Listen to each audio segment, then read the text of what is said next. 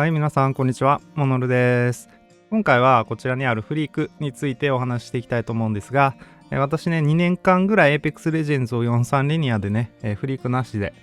プレイしてきました。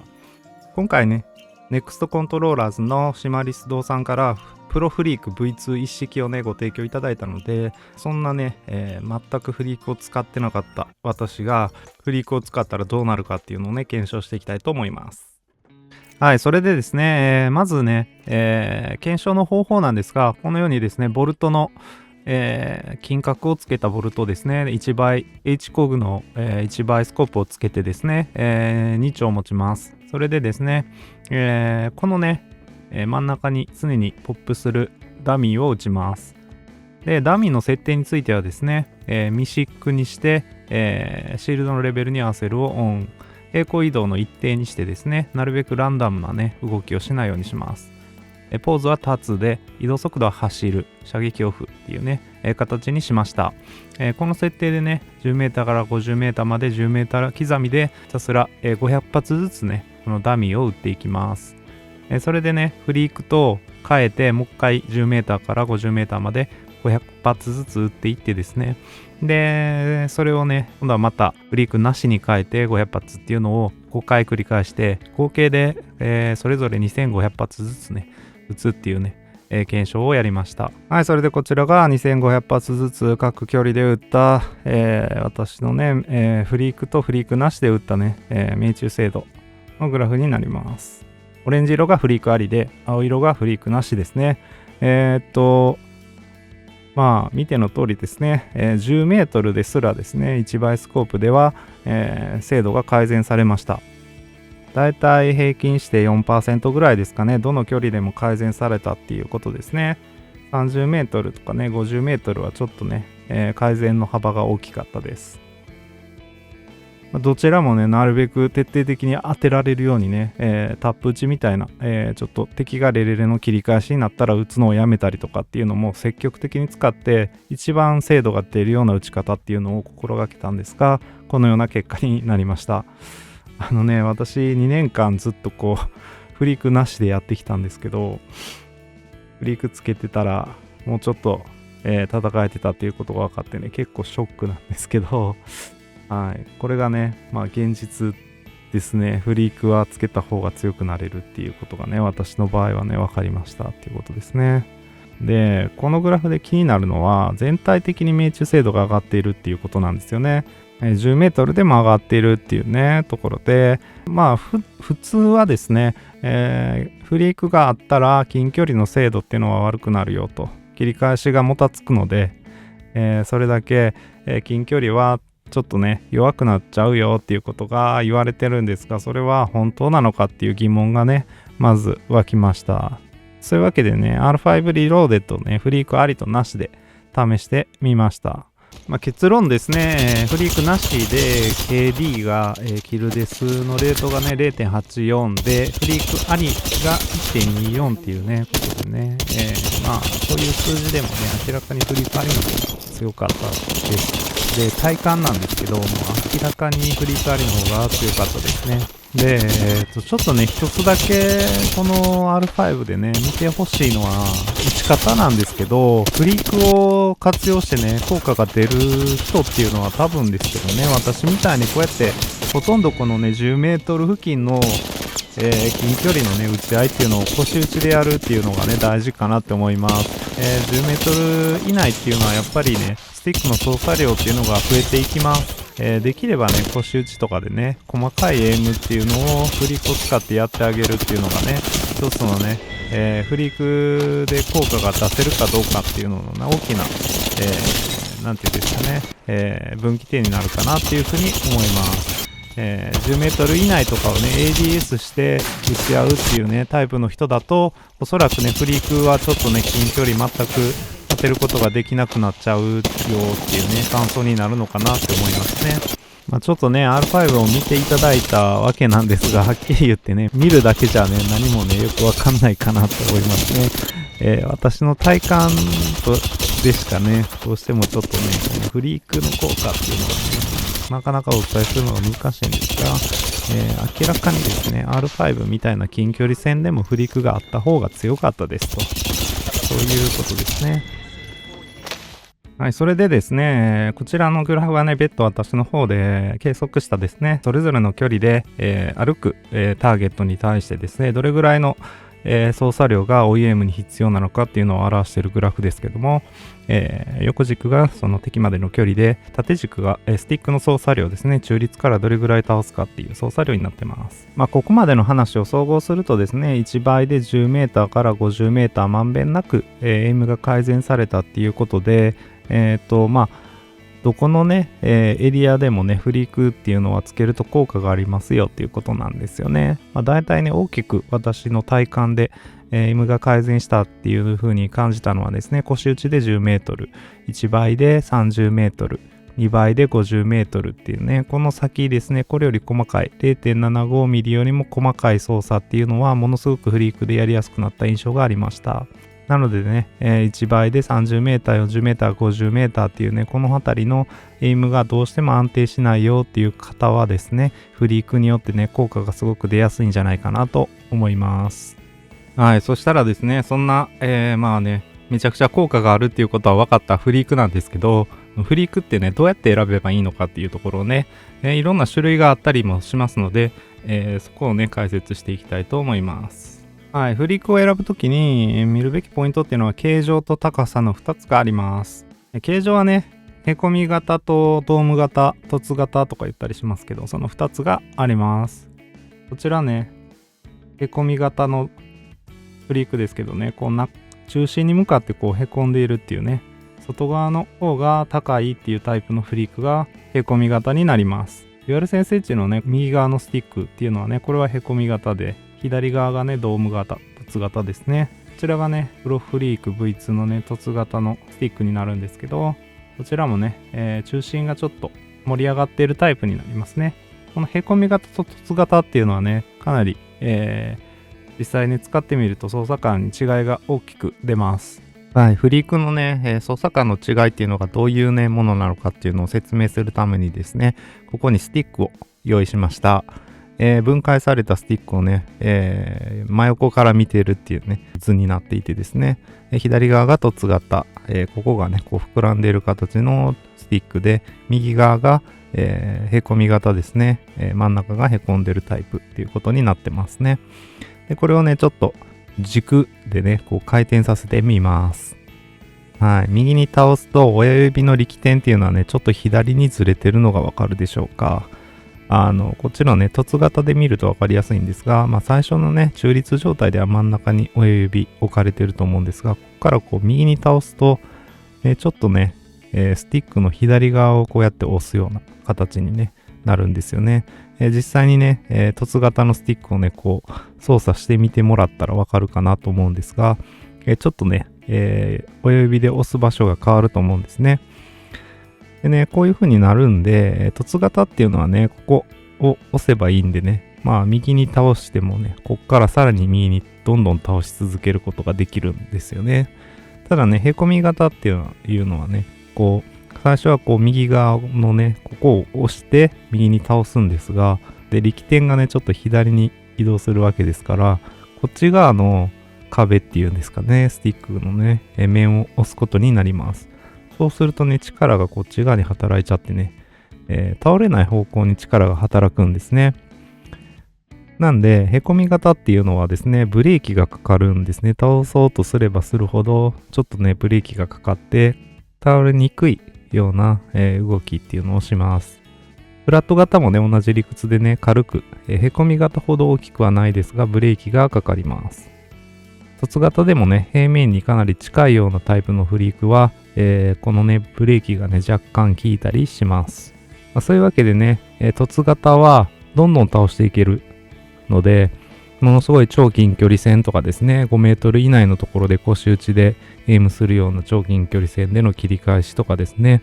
にもね、すごく有利な、形っていうことですね。その反面ですね、へこみ型っていうのはですね、とにかく精密な射撃をしたいっていう方に向いていてですね、ゲーム内のね、感度を高感度にしているような方とかですね、どうしても普段ね、倒しすぎて、視点が動きすぎてエイムがうまく合わないっていう方にはへこみ型の方が合ってます。ずっとね、フリークなしで Apex をプレイしてきてですね、で、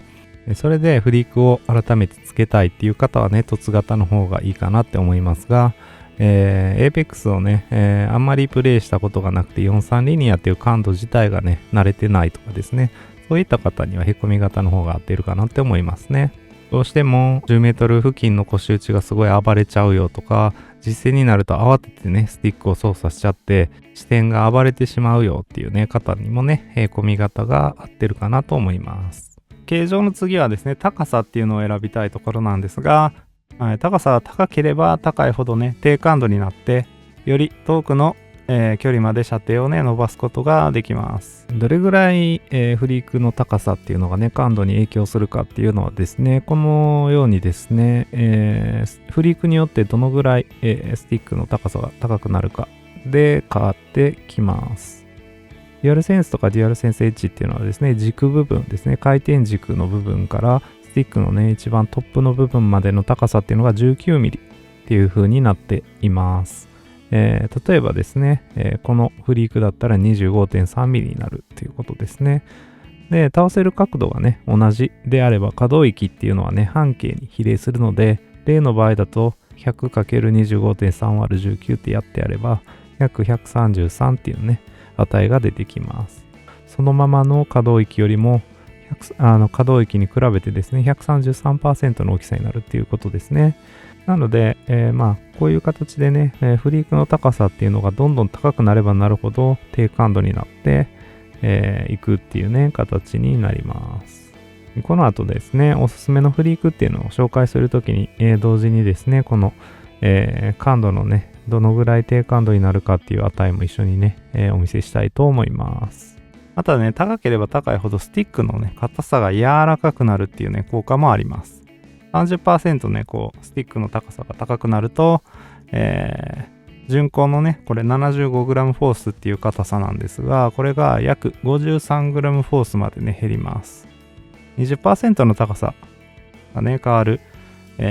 フリークをつけたらね、今度は 60g フォースっていう風にね、なってね、結構ね、柔らかくなるんですね。なんでね、30% 低感度になっても 30% 負担感っていうかね、指の動かす負担が増すっていうわけではないですね。そういうところもね、フリークがすごくね、万能な理由になってます。ただね、スティックの高さがね、あまりにも高くなりすぎると、持ちづらくなったりね、スティックを全部倒すことができなくなってしまうっていうことがあります。スティックをね、どれだけ動かせるかっていうのは、やっぱりね、手の大きさとか指の形や指の大きさとかね、そういう個人差の部分にどうしてもなってきますので、いろんなね、フリークを試さなきゃ、結局ね、高さ、どれが自分に合ってるのかっていうのはわからないです。ただその点ね、このプロフリーク、このね、シリーズはね、世界初の高さ調節機能っていうのがついててね、しかも特許を取得してるのでね、もうこのプロフリークシリーズでしかね、使えないこの高さ調節機能っていうのがついているので、自分に最適な高さを選べるっていうね風になってます。どういう仕組みになっているかっていうとですね、はい、このようにですね、トップの部分が、ネジになっているので、こうやってね回して外すことができるようになってます。感じですね。で、ここのね土台にはネジ止めがついているので、これもね回すことができます。で、このネジ止めをある程度の高さで止めてやってですね、トップの方をこうやって締めてやると、ここで友締めできるのでですね、これで高さが増すっていうね、そういうような仕組みになってます。なんでね、好みのところで自由に無段階で調整できるっていうね、仕組みになってます。これはミドルサイズの土台なのでね、ネジ止め外すとうまくね、フリークがね、つけられなくなっちゃうんですが、ショートサイズの方の土台に関してはですね、ネジ止めを外すっていうこともできます。そうするとさらに高さを低くすることができてですね、ネジ止めを外しちゃって、そのままこのフリークのトップ部分をね、こうやって、固定するっていうね、ことができます。こうするとさらに高さが低くなってね、フリークをつけてもあまり高さが変わらないようにするっていうこともね、できます。日本で一番売れてるフリークらしいんですけどね、この高さ調節機能っていうのがね、やっぱり売れてる理由かなっていうふうに思いますね。またね、安心の日本製で耐久性も高いっていうことでね、結構ね、フリークってやっぱりそれなりのお値段はしちゃうんですけど、しっかりね、長く使っていけるっていうのも大切なポイントかなと思います。はい、実はね、このプロフリークってね、10種類ね、ここにある、全てね、並べてるんですけど、こんなにもたくさんの種類があって、フリーク初心者からね、フリークにこだわりのある方まで幅広く対応しています。今回のね、フリークについてもですね、モノルっていうね、ウェブサービスの方で全てね、情報をまとめているのでね、そちらの方をちょっと見ていきたいと思うんですが、対応機種に関してはですね、デュアルショック4とデュアルセンス、デュアルセンス H とスイッチのプロコンにも対応しているってことですね。価格はね、一番高いプロフリーク V2 地域モデル、地域フリーク2が2752円で、その他はね、だいたい2000円弱ぐらいっていうところですね。概要欄の方にリンクを貼っておくのでですね、こういったね、どのぐらい低感度になるかといったね、データもね、すべてまとめていますので、ぜひ、ご覧ください。はい。で、個人的なね、おすすめフリークっていうのをね、ご紹介していきたいと思います。まずね、トス型はね、こちらの2つですね。はい、こちらデイリーグリーンっていうのとサンセットっていう2つのフリークがおすすめです。このデイリーグリーンっていうのは有名どころではボルズさんとかミラタングさんとかがね付けられてるねフリークになってますね。特にねこちら、低めのフリークが使いたい方におすすめで、ショートタイプでネジ止めを外すと 21%、ネジ止めありで26から32%、ミディアムタイプで、プラス33から 40% っていうね、巡航のね、高さに対してね、あんまり 20% から 40% っていうぐらいの高さしかね、高くならないっていうところで、比較的、初めてフリークを使う方にもおすすめの、モデルになってます。はい、こちらがサンセットになりますね。表面の模様っていうのはこんな感じになってます。形状はこんな風になっていてですね、ちょっとね、縁が薄めのタイプがサンセットになっています。ちょっと柔らかいですね。はい、それでこちらがね、デイリーグリーンになります。表面のね、模様っていうのはこんな感じですね。はい、サンセットの方がね、ちょっと花柄みたいな模様になってて、デイリーグリーンの方はちょっと機械みたいなかっこいいね、模様になっています。デイリーグリーンの方はね、ちょっと縁が分厚くて、こっちも結構柔らかいですね。正直ね、この2つ使ってみた感覚っていうのはほとんど違いがなかったです。なので色とか柄のね、好みで選んでしまっていいのかなっていうふうに思いますね。はい、土台の色もちょっと違ってます。この2つっていうのはとてもね、おすすめのフリークですね。はい、それでゲームプレイの方もね、ちょっと見ていただきたいなと思うんですけど、これはね、デュアルセンス H に、デイリーグリーンをね、つけてプレイした動画になります。しっかりね、ショットガンの腰打ちも当てていけますし、こういうね、まあ中距離っていうほどでもないですけどね、バンバン当てていけますね。はい、こういう腰打ちもね、しっかり当たって、本当にね、楽しいですね。本当にね、フリーク使うようになって、当て感がね、段違いに良くなりました。ああいうね、頭出しのところの中距離っていうのもね、当てていけます。それでね、今はこれはエボトップにね、サンセットの方をつけてプレイしているゲームプレイになります。もうね、なんか中距離が当たるので楽しくなっちゃってね、全然あんまり打つ意味ないところもバンバン打っちゃうようになっちゃってね、それはそれで問題かなっていうね、のは思うんですが、ここのね、こういう距離ですね、もうバッチリ当てていけますね。はい、このシーンがね、ちょっと危なっかしかったっていうね、ところですね。このシーンなんかはね、もう100メートル以上は離れてるんじゃないかなっていうところなんですが、まあバッチリね、シールドを割るところまでいけてるっていうところでね、50メートルから100メートルぐらいっていう風には言ってたんですが、まあフリークがあればもう当然ね、それ以上遠い距離も当て感は上がります。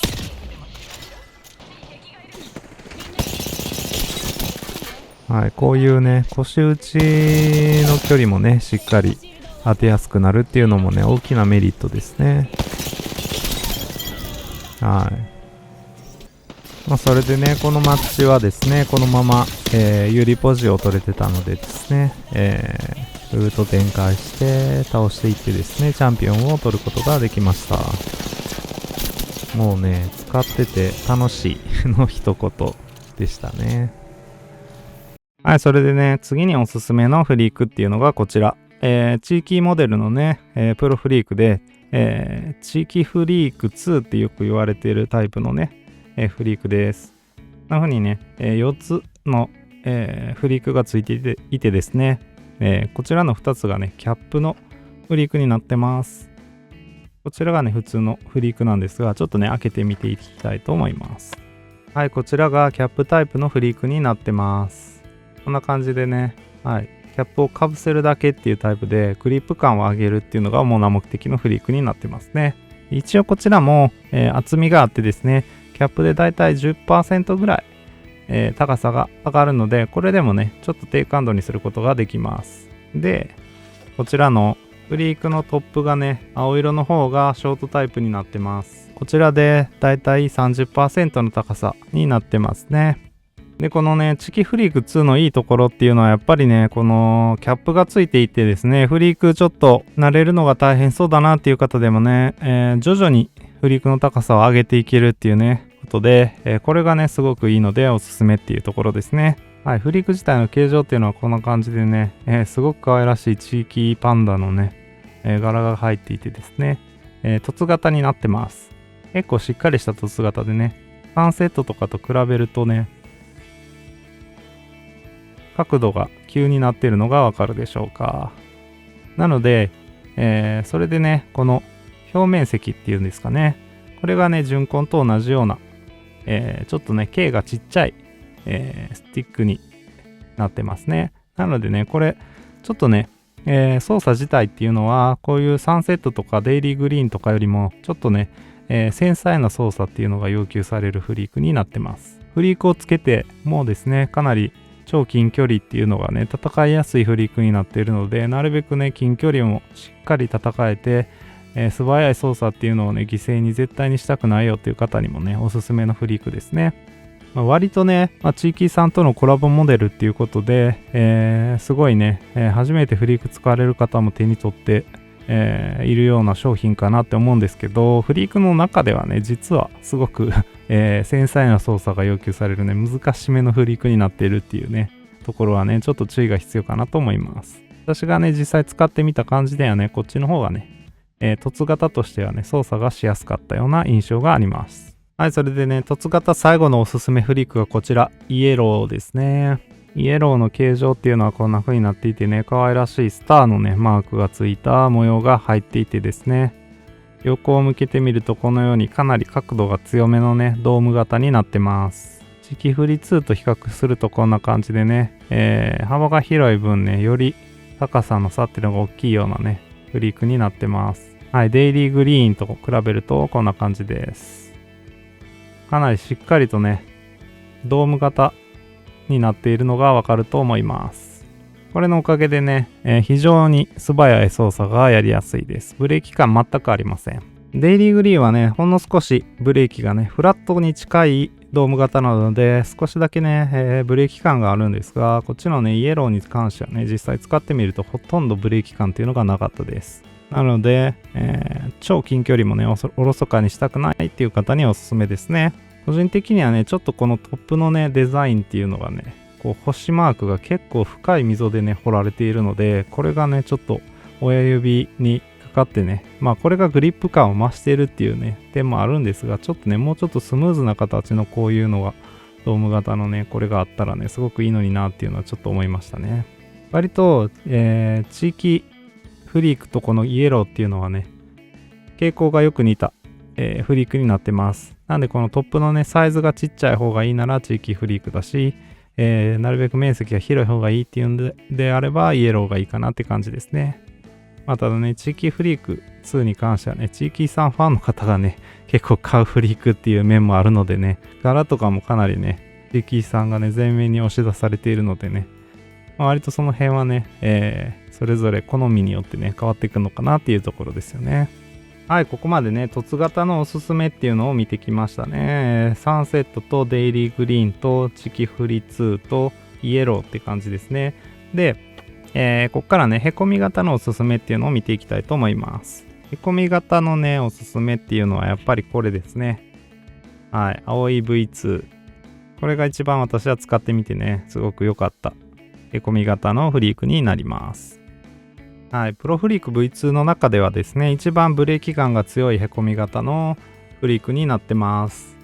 はい、形はこんな感じですね。しっかりと中がね、へこんでいてですね、周りの水位が高くなっているフリークになります。しっかりとしたブレーキ感っていうのが欲しいのであればですね、これ一択かなっていう感じですね。で、特にね、2mm 未満っていうね、43リニアで使うべき範囲をね、もう強制的に使うようにしてくれるようなね、ゲーム強制ギプスみたいな感じで使えるね、フリークになってます。対面でどうしても慌ててしまうとか、腰打ちでね、近距離、すんごいね、操作が荒くなっちゃうよっていう方、操作しすぎる癖のある方にね、最適なフリークになってます。Apex Legends ね、全然苦手だよっていう方でね、対面全く勝てないよっていう方はね、まずこれから試すのもありかなっていうふうに思うフリークですね。しっかりね、高さもあるので、Apex をずっとやってきて、それでフリークをつけるっていう方はね、デイリーグリーンとかの方がね、いいかなって思うんですが、Apex をね、あんまり、遊んでなかったっていうね、これから遊ぶよとかね、そういう方にはね、青い V2 の方がいいかなっていうふうに思います。はい、青い V2 に関してもですね、随気エボトップに、装着して、試してみました。やっぱりね、傾向としてはブレーキ感強めっていうことでですね、なるべくちょっとね、置きエイム気味っていうかね、そういう感じでエイムするのが合っているフリークかなっていう感じですね。ショットガンとかもね、躊躇なくこう腰打ちで撃っていけるっていうのがね、すごくいいところかなって思います。はい、基本この距離だともう全部腰打ちでね、撃っちゃってますね。中距離はね、もう文句なく当たるっていう感じがします。かなり敵がね、動いている状態でもね、まあ自分の中では相当当たってる方かなっていう気がしました。はい、それでね、他のフリークもね、ご紹介したいと思います。まずこちらですね、T フリーク1の方ですね。T フリーク1についてもですね、このように前面は可愛らしいパンダのね、柄になってます。ほぼフラットなへこみ型っていう感じですね。で、真ん中にこう突起があってですね、かなりデュアルショックとかの巡航のね、形にすごくよく似てます。巡航の方はこういう形をしていて、真ん中がちょっと膨らんでいて、で、外側がね、膨らんでいるへこみ方になってますが、こちらのね、チキフリーク1も同じような形になっているので、巡航からのね、移行っていうのがすごくね、スムーズにできるタイプのフリークになってます。癖がなくてね、すごく操作しやすいんですが、へこみ型ならもう少し強めにへこんでブレーキ感とかね、スティックからのフィードバックっていうのがね、あった方が良かったかなっていうところで、おすすめにはね、上げてないです。はい、次のフリークはこちら、シルバーになります。これね、プロフリーク V2 では唯一のフラット型っていうことです。はい、フラット型ですが、突起が配置されてるおかげでね、やや凸型のようなね、ブレーキ感の少ない操作ができるっていう感じがしました。フィードバックもね、かなり豊富で、操作しやすいっていうね、感じがしました。ただね、私はこのブツブツ感っていうかね、突起の感じがちょっとね、あんまり好きじゃなかったのでね、おすすめにはあげませんでしたが、かなりこれもね、いいフリークだなって感じましたね。使いどころとしてはですね、まるでへこみ型と凸型の合いの子みたいなね、あまりこう、強い特徴がない、こういう平らなところっていうのが、まあね、どっち側もあまり好きじゃなくて、できるだけフラットなね、こういう分かりやすい、形状が好きだよっていう方にはね、この、シルバーが合ってるかなって思いますね。はい、続いてですね、ご紹介したいのがミッドナイトです。紫色のやつなんですが、これがね、結構おしゃれな色をしてるんですよね。色味としてはね、この土台部分とかが黄色になっててね、紫色で割と私はこの色の組み合わせ好きだなって思ったフリークになります。青い V2 よりもね、こう、へこみっていうのがかなり緩やかなへこみ型になってます。ブレーキ力っていうのは弱くて、癖の少ない操作感が特徴ですね。もう少しね、角度があった方がフィードバック感が強くなってね、個人的には好きだったんですが、青い V2 だとちょっとブレーキが強すぎるよ。でも、フラット型とか凸型みたいなね、スムースな操作感っていうのは逆にあんまり好きじゃないよっていうね、方にはこれがちょうどいいっていうね、ポジションのフリークかなって思います。はい、それで次にご紹介するのが赤ですね。プロフリーク V2 シリーズの中ではね、この赤とモノトーンっていうのが結構独特な形状をしているっていうね、フリークになってます。ハマる人にはすごくハマるけど、最初のフリークにするにはちょっとね、癖が強いかなって思うフリークになってます。はい。赤の形状っていうのはこんな感じですね。はい。全体のね、形状としては凸型なんですが、ここのね、突起のおかげでへこみ型のようなね、操作感になってます。まあね、公式的にもこれはへこみ型って言ってるようですね。ブレーキ力っていうのはかなり強めにかかる感じですね。で、左に倒すときはちょっとブレーキ感が弱くて、右に倒すときは強くかかりすぎるっていうような印象がありました。個人的にはね、そこがちょっと左右差があるっていうところがね、あんまり好きじゃなくてね、おすすめできないかなと思いましたが、この形状ね、ちょっとね、範囲が狭いっていうんですか、スティックのトップがちょっと狭くなっているような感覚で操作ができるっていうのがね、すごく、好きな方にはね、おすすめのフリークになります。はい、そして最後がね、こちら、モノトーンになります。はい、形状としてはね、このような形で凸型のフリークになってます。段差のようになったエッジが尖った凸型になってます。段差部分でね、急激にブレーキがかかるっていう感じで、ちょっとね、エイムがぎこちなくなったので、個人的にはあまり好きではなかったです。ただね、高さが最も高いので、段差を超えない範囲でしか動かしたくないね、超精密なエイムをしたいっていう方、フリークを極めたいっていうね、ような方にはかなりね、このモノトーンっていうのがね、最後にたどり着く場所かなっていう感じがしました。はい、そんなわけでかなり大量のねフリークをこうご紹介してきたわけなんですが、このね、フリークってすべて、購入すると、よいしょ、ショートサイズっていうのと、ロングサイズっていうね、この2つの、土台がついてきます。こっちの方がちょっとね、短くてこっちが長いっていうね形になっているんですが、これじゃあまだ物足りないよ、もっと長いのが欲しいよっていう方向けにですね、はい、プロフリーク V2 のベースパックっていうのも販売されてます。こちら、通常のね、この、フリークについているショートとミドルっていう2つのサイズに加えて、ロングサイズのね、土台が入っている製品になります。ロングサイズが2個ついているので、2つともね、ロングにするっていうことができます。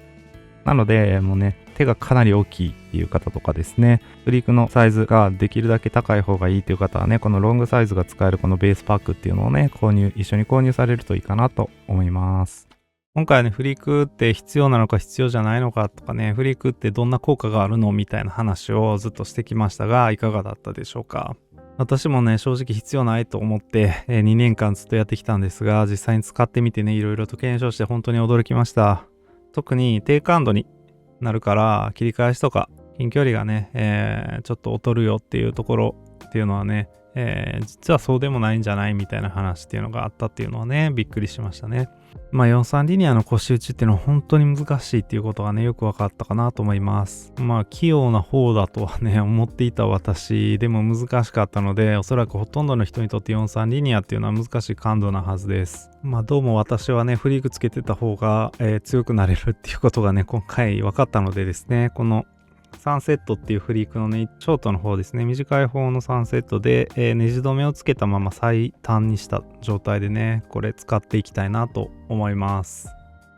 最近使ってるですね、こちら髄系ボトップにもね、しっかりと、スイッチプロコン仕様なのでね、しっかりこう固定できてですね、全くずれることがなくね、使えるので、これでね、しばらくね、使っていきたいなと思います。はい、この動画が参考になったと思ったら、高評価とチャンネル登録、ぜひよろしくお願いいたします。以上、モノルでした。また次回の動画でお会いしましょう。バイバイ。